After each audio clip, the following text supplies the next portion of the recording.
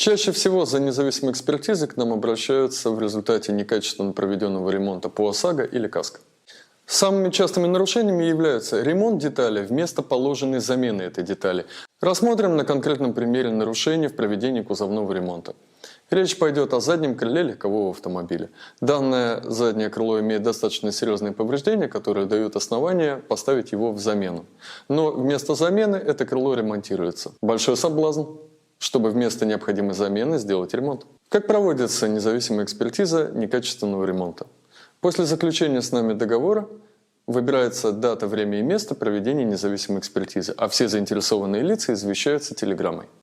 Имея данное экспертное заключение, мы будем требовать со страховой компании либо устранения всех недостатков в проведении ремонта, либо возврата вам денежных средств. Тех денежных средств, которые страховая компания перевела автосервису, а автосервис некачественно выполнил этот ремонт. Мы современная компания, и у нас работают все способы оплаты – наличными, безналичными, торговым эквайрингом. Также есть возможность оплатить наше экспертное заключение, не выходя из дома, прямо с сайта.